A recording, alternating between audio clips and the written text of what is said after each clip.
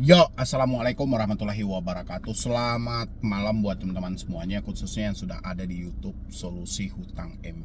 Ini menarik banget ya, dari tadi saya perhatikan ini banyak banget yang mengirimin.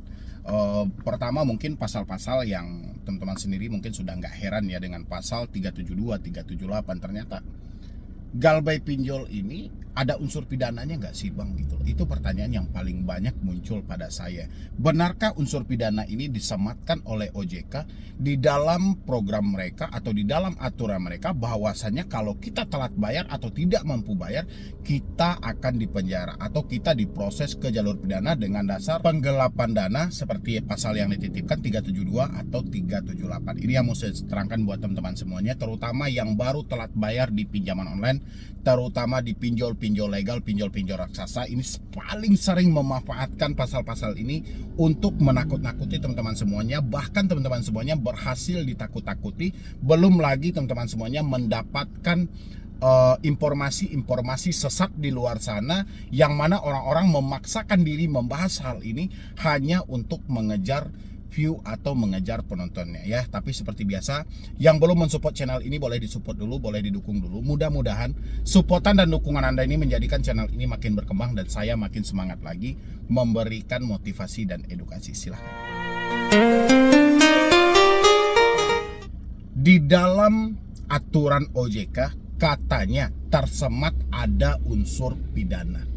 Di mananya itu? Pertanyaan saya ya, di mananya gitu. Sejak kapan OJK menyematkan perkara pidana di dalam undang-undang perdata?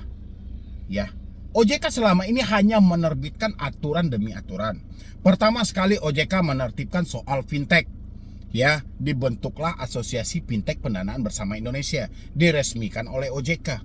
Ya, AFPI membuat juga sebuah aturan wajib menagih 90 hari. Itulah yang kita pakai sampai detik ini. Habis itu aturan itu dirubah. Ya, wajib menagih 90 hari masih dipakai. Yang wajib menagih 90 hari ini adalah pihak pinjolnya. Lewat dari itu pihak pinjol wajib melimpahkan perkaranya atau menjalin kerjasama dengan pihak ketiga atau lawyer. Tapi si pinjol lebih mengambil opsi bekerja sama dengan pihak ketiga. Ya, tidak mengambil opsi bekerja sama dengan lawyer, karena setiap perusahaan pinjol itu sudah ada legal mereka masing-masing, sudah ada pengacara mereka masing-masing, dan mereka tidak akan mau memproses Anda ke jalur perdata. Ya, itu soal wajib menagih 90 hari. Habis itu OJK lebih menegaskan lagi. OJK terbitkan lagi aturan. Ya, di dalam POJK 10 lah, habis itu muncul lagi POJK nomor 22, sekarang muncul lagi POJK 2023. POJK 2024 belum muncul khusus untuk fintech.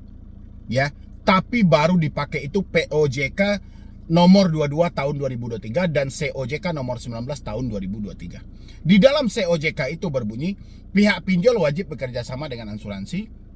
Habis itu satu orang tidak boleh meminjam lebih dari 3 aplikasi. Ya, kalau untuk POJK nomor 22 itu tentang peraturan penagihan kredit. Pertanyaan saya adalah, di mana OJK menyematkan ada unsur pidana di dalam hal itu? Ya, itu yang paling pertama harus teman-teman catat. Habis itu kita balik ke pembahasan kita awal. Banyak dari debt collector yang selalu menyematkan soal pasal 372 dan 378 tentang penggelapan, pencurian, maling, penipuan, pemalsuan data dan segala macam. Pertanyaan saya adalah, apakah Anda rombongan dari hal itu? Apakah Anda memenuhi unsur soal penggelapan dana? Apakah Anda memenuhi unsur soal manipulasi data? Ya, atau tipu muslihat? Rasa saya tidak. Teman-teman semuanya memberikan data yang valid, mulai dari KTP, pokoknya semuanya. Ya, nggak ada satupun yang Anda edit. Contoh nama Anda Andi, Anda ganti dengan Anda misalnya gitu. Ya, atau nama Anda dengan Rika, Anda ganti dengan Riko. Kan nggak ada yang seperti itu. Kita memberikan dokumen sah seperti dokumen yang dikeluarkan oleh dari Discapil misalnya gitu kan. Terus di mana unsur pidananya? Ada juga di beberapa pinjol selalu menyematkan buat teman-teman semuanya. Kalau Anda tidak melakukan pembayaran, kami akan melakukan validasi kecocokan soal data Anda. Kalau misalnya, ya pasti seperti itu mereka. Kalau misalnya kami menemukan tidak cocoknya data Anda, misalnya data KTP yang Anda berikan tidak sesuai dengan data KTP yang sebenarnya, kami akan proses Anda ke jalur pidana atau penjara. Yaitu kalau mereka temukan ada data Anda yang tidak cocok. Yang tidak cocok itu data yang resmi dikeluarkan oleh pemerintah. Coba teman-teman analisa lagi. Kenapa ini teman-teman malah meluapkan rasa takut ini dengan hal-hal yang menurut saya ini nggak penting gitu loh. Ya. Oh misalnya Anda menemukan bang, saya menemukan bang, ada orang-orang yang membahas di TikTok misalnya gitu kan. Katanya memang ada unsur di penjaranya, ada unsur ini. Mereka tujuan yang dia bahas itu apa? Anda sudah tonton apa belum? Jangan-jangan Anda hanya menonton kapernya doang. Misalnya dibilang yang galbay pinjol akan dipenjara. Itu kapelnya, judulnya, thumbnailnya, tapi isinya ya seperti apa gitu loh.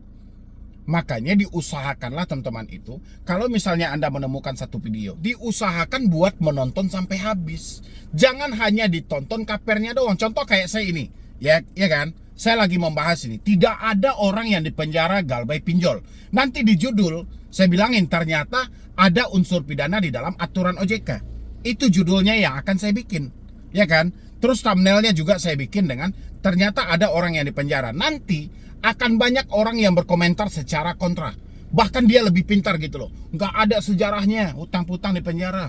Nggak ada itu. Ini hanya nakut-nakutin aja. Bang Medi ini gimana sih sebenarnya? Terkadang seperti ini, terkadang seperti ini, terkadang seperti ini. Bukan saya yang nakut-nakutin, tapi Andanya yang tidak menonton dengan jelas. Makanya itulah yang disampaikan, masih banyak SDM rendah. Masih banyak kita itu yang menonton seperempat, mengerti setengah, giliran bicara double. Kita itu paling malas memahami apa yang dibicarakan orang lain. Kita yang perlu bagi kita adalah judul, kaper. Habis gitu kita robahlah menjadi versi kita, ya semau dia gitu loh. Itulah yang dikurang dari teman-teman semuanya. Jadi kesimpulannya, kita balik lagi ke topik awal. Buat teman-teman semuanya, atas dasar galbay pinjol, ya ini atas dasar galbay pinjol, Anda tidak mampu sama sekali bayar, ya itu tidak ada pidananya, tidak ada penjaranya, ya semua telah diatur dalam Undang-Undang HAM. Sudah dijelaskan di sana dalam pasal 19 ayat 2 itu sudah ada di sana itu. Bahwasannya tidak ada seseorang pun yang dapat dihukum pidana atau kurungan penjara karena ketidakmampuan dia membayar hutang. Ya, udah dari sana aja Anda pegang semuanya. Sekarang kita bertemu dengan ucapan DC. DC mah anggap aja tong kosong nyaring bunyinya. DC tugas dia apa? Tugas dia melakukan penagihan, memperpanjang tangan dari sebuah perusahaan. Ya, tujuannya apa? Karena dia bekerja nih, ada target yang mau dia capai. Jadi apapun yang mereka lontarkan, tidak lebih dan tidak kurang, itu adalah bagian dari versi penagihan. Itu loh teman-teman semuanya. Harusnya teman-teman itu letakkanlah sesuatu itu pada tempatnya. Sekarang kita berhadapan dengan debt collector. Fungsi debt collector apa? Sedangkan dia aja namanya debt collector, otomatis penagih hutang. Ya otomatis dia hanya bisa menagih. Nggak mungkin pendapat dia dibutuhkan. Oh, dia bilangin sama pihak perusahaan, tolong penjarakan anak ini. Emang dia siapa? Dia hanya diperintahkan buat menagih kok. Sedangkan dia menagih aja, kalau kita cek persyaratannya lengkap apa tidaknya, pasti banyak yang tidak lengkap. Ya kan? Kan mereka melontarkan ucapan-ucapan penjara, ucapan maling, ucapan penipu, ucapan penggelapan, ucapan melarikan uang perusahaan. Semua itu mereka lontarkan hanya melalui media. Melalui WhatsApp, melalui telepon, melalui email. Pernah nggak mereka menyampaikan langsung? Anda kalau tidak bayar hutang kami penjara, Anda ada. Kalau ada saya butuh rekamannya. Dari pinjol mana? Tolong kirimkan sama saya di Instagram saya gitu loh. Setahu saya ancaman ini hanya berputar-putar di via WhatsApp. Hanya berada di dalam SMS. Hanya berada di dalam ketikan tulisan yang mereka kirim dari email, WA, dan SMS. Di luar dari itu nggak ada. Ya, kenapa teman-teman mendaur ulang seakan-akan Anda sudah dipenjara? Kalau seperti ini pemikiran Anda yang mereka penjara, pemikiran Anda yang dia pidana gitu loh. Dengan dia penjara pemikiran Anda seperti ini, Anda tidak akan bangkit lagi. Yang terjadi apa?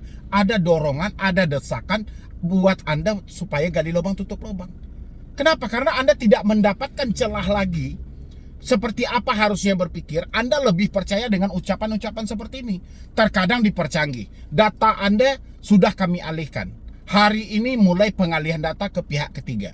Nanti pihak ketiga melakukan investigasi, melakukan validasi. Kalau tidak ada kecocokan, kami akan proses Anda segera. Kalau sudah seperti itu, pasti teman-teman semuanya ketakutan. Berarti ada yang salah dengan pemikiran dan hati Anda.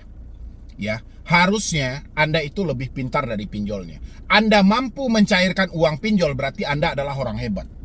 Ya, karena nggak orang sembarangan yang bisa mencairkan uang pinjol. Orang yang bisa tulis baca, orang yang bisa memainkan Android. Mereka yang tidak bisa tulis baca dan mereka tidak bisa memainkan Android, itu tidak bisa meminjam di pinjol. Ya, berarti Anda hebat. Begitu juga sebaliknya, ketika Anda mendapatkan ancaman, apalagi Anda mau dipenjara atau Anda mau dipidanakan, scroll lagi itu ke Google. Mustahil kan? Anda bisa pinjam pinjol, bisa mempergunakan Android, Anda bisa tulis bahasa, tapi Anda nggak pandai membuka Google. Kan mustahil. Di Google itu sudah banyak. Kita membaca undang-undang itu, memahami undang-undang itu, nggak harus juga kita belajar hukum dulu. Ya. Jadi please banget buat teman-teman semuanya. Kesinkronan, ketidaksinkronan pemikiran dan hati Anda itu bisa berdampak buruk pada kehidupan Anda. Bahkan urusan pinjol ini akan sulit banget untuk Anda lepaskan kalau Anda tidak bisa menstabilkan pemikiran Anda. Jadi sebelum ini berlarut-larut buat teman-teman semuanya, please banget kondisikan lagi cara Anda berpikir, insya Allah semuanya akan baik-baik saja. Saya jamin 100% tidak ada orang yang dipenjara gara-gara tidak mampu bayar hutang. Kecuali Anda memalsukan data yang ada. Seperti yang saya sampaikan tadi, Anda mengedit KTP Anda, mengedit melalui Photoshop yang jelas tidak sesuai lagi dengan fisik yang dikeluarkan oleh pemerintahan resmi. Itu aja. Selagi data itu tidak Anda otak-atik, tidak ada satu orang pun yang dipenjara gara-gara tidak mampu bayar hutang. Oke? Ya, semua tekanan yang Anda dapatkan tidak keluar dari WhatsApp yang Anda pegang hari ini, telepon, SMS, dan email. Ya, saya jamin 100%. 4 hal yang saya sampaikan tadi, komunikasi tadi adalah sumber ketakutan Anda hari ini. Kalau Anda ingin bebas dari pinjol, putuslah hubungan Anda dulu dengan pinjolnya, tenangkanlah pemikiran Anda. Ya, mungkin dari saya cuma itu aja. Mudah-mudahan ini membuka lagi pemikiran teman-teman semuanya, terutama yang masih ketakutan, yang masih kecemasan gara-gara dia mendapatkan video entah di mana, cerita entah di mana, sehingga dia bisa mengasumsikan gagal bayar itu di penjara. Mudah-mudahan video ini bisa mewakili dan bisa membuka kembali pemikiran Anda dan memberikan Anda semangat. Oke, nanti kita tunggu seperti apa komentar orang-orang yang kontra di dalam kolom komentar. Oke, jadi sekian dulu dari saya, Medi Broni. Wassalam.